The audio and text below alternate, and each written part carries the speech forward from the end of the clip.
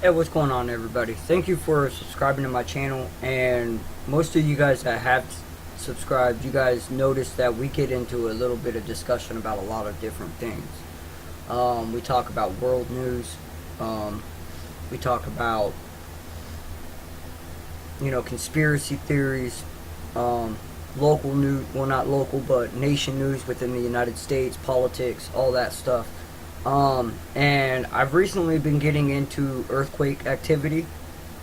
I brought out the video about Russia having the earthquake, the 7.7, and then I brought out a video with Peru having the earthquake 2 hours later. Now, I do believe that, there's a science behind this to show earthquake activity. We use science instruments all the time to detect earthquakes, but there's also a science behind the idea of when an earthquake is going to strike, or if there's a high probability of an earthquake striking. We have not been able to predict exact locations as of yet. Science and technology, it may not just be there, but the science and the technology is there with the facts and the scientific proof to show you what really agitates earthquake activity. Okay, and I'm going to get into that here briefly, just to show you guys where I get, some of my information. And this stuff was handed down to me by one of my subscribed channels. You guys can go check him out. He's very knowledgeable when it comes to this stuff. His name is BP Earthwatch. He's very great at explaining everything, and he makes it so simple for people to understand. So I'm not going to be the greatest at explaining this to you guys. I'm going to do my best, but it's not going to, I'm probably going to leave more questions than answers for you guys, but, it's a start. I can do my job by passing off the information to you guys, and it's up to you guys to do the research and educate yourselves. Alright, so anyways, last night, I don't know if a lot of you guys was aware, but there was an earthquake last night in Turkey. Some 200 people were injured. A few people have lost their lives. It was a 6.7 earthquake right here, you guys can see, and it has like all the details. So anyways, it was right here on the coast, and even people in Greece felt it.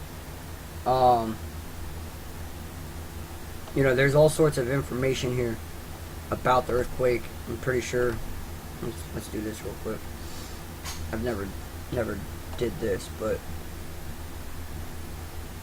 color coded. So you can see the color codes. Red being extreme, white being not felt at all. Around here, it's a yellow. I want to say a 6, maybe a 7. Is very felt around this area, and even Greece. I don't know why they don't have it pictured over here, but even Greece felt it.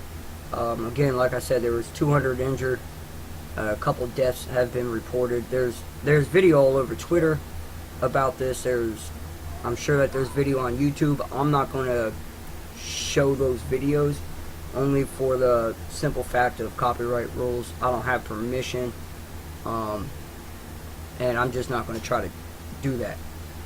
Maybe eventually when I start getting a little bit more comfortable with what I'm sharing, I will, but as of right now, I'm just not going to do that. But let's get into the science of things. I mentioned in one of my videos, I believe it was the earthquake in Peru, that, what really gets these earthquakes agitated, if you would say it that way, is, what the sun is doing. Alright, the sun, we're all here on Earth, we're looking up, we see the sun, it's lighting everything up.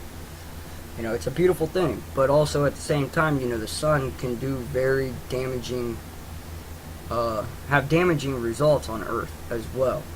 And we are in, a time where the sun is doing a lot of messed up stuff. And this is all science. Again, like I said, science is backing this up. If you guys want to learn more about it, you guys can pay attention to where I'm getting my information. This is spaceweather.com. A great tool to show people. So anyways, I got into the whole idea of, well, not the idea, a brief description of colonial mass ejections and solar flares and or magnetosphere. You know, the sun, you know, it erupts and it sends out, you know, solar flares that has gamma rays, radiation, you know, even proton particles. They get released into space and get wrapped up in solar winds, you know, and the winds can go up to, you know, I've seen it go up a little over 1,000,000 miles per hour before, you know, and that was when shortly after that earthquakes started showing up. So, you know, there's a whole science behind this, guys. If you guys really want to learn about this would be a great tool. But I just want to show you guys because they have satellites in all sorts of different colors.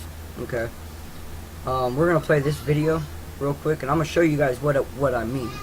If we scroll up, I think it was up here, right here. That's a colonial hole inside the sun right now. There's a very high chance that a CME could come out of here, which would go out into space and could attack our magnetosphere.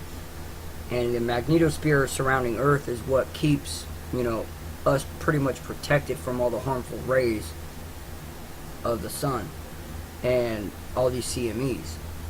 So anyways, when these things hit Earth, you know, our magnetosphere really combats it, but at the same time it's, you know, it's causing a lot of pressure on the Earth. And the Earth, you know, I mean, she's old. Think about it. You know, these tectonic plates, they're always shifting, they're always moving. Land masses, you know, always changing. You know, evolution. But, you know, when these solar flares get here, these CMEs, these colonial mass ejections, you know, they're causing so much of a stress on the magnetosphere, and that's what's causing earthquakes. You know, it's been proven, you know, time and time again by just this stuff that, you know, once we see a colonial mass ejection, like right here, a CME. If you guys see this, I'll play the video here in a minute and you guys can see this. But when that hits Earth, you know, it takes, well, depending on solar wind speeds, again, like I said, it could, you know, I've seen them go up to 1,000,000 miles per hour, and I'm not exaggerating with that. You know, and again, if you guys are really into this or want to learn more about it, please go check out BP Earthwatch over on his YouTube channel. He's very knowledgeable when it comes to this stuff, and he makes it very simple for everyone to understand. If it wasn't for him, I wouldn't know nothing about this, honestly. So, anyways, these CMEs, they strike Earth. You know, our magnetosphere is trying to fight it off, and that's what's causing pressure on the planet. That's what's causing the earthquakes. That's what's causing some activity with volcanoes. And I'm kind of also doing my own theory, my own test, that people with mental disability, not mental disabilities, I'm sorry, mental health issues, bipolar, depression, you know, have you ever talked to someone that's depressed and they try to explain it to you that they feel like they got so much pressure on their head? Well, if you think about it, I mean, we have magnets in our body, you know, we have electric conductivity within our own bodies. I'm wondering, you know, I suffer from, you know, depression myself, that I have to be medicated. But I've kind of noticed ever since I started getting into this, that whenever the sun lets off a CME, by the time it strikes Earth, you know, we have better days than none. You know, I mean, I might wake up one day, even if I'm medicated or not, you know, I'll wake up one day and everything's great and grand and I'm happy. And then the next day, being medicated, I could wake up and I feel out of place, you know, because there's pressure on my brain. Okay, and I'm kind of, you know, doing my own research, my own facts, and my own testing to see if this could also affect it as well. If this is the reason why people with mental health issues get affected. You know, so far I found it to be true, but I don't have enough evidence to actually say it's true. And by all means, I'm not a scientist. I never plan to be. You know, this is just my own personal observation. But anyways, let's go ahead and play this video. This says that this means another slice of the solar wind system is having a cosmic ray scooped up. A Fourier decrease is underway in the wake of the CME. Earth will not be affected this time, however, because the CME is moving in a completely different direction. So this CME that we're looking at right here, this is not what caused the earthquake in Turkey. But there was also a CME, I believe it was the 18th, and they were expecting the solar winds to hit us the 20th or the 21st. And as you guys see last night, again, go to BP Earthwatch. He has a video right on it of that solar flare that I'm talking about, that CME. And he gave an earthquake watch, and sure enough, last night Turkey had a I believe it was a 6.7. So anyways, just to give you guys an idea of what this stuff looks like, it's pretty magnificent. It's pretty self-explanatory. Time, date down here, the 20th of July, 2017. It's in military time. So 22:30, that would, I'm assuming, probably around 10:30 at night, last night. But you guys, if you guys watch over here on the right-hand side of the sun, alright,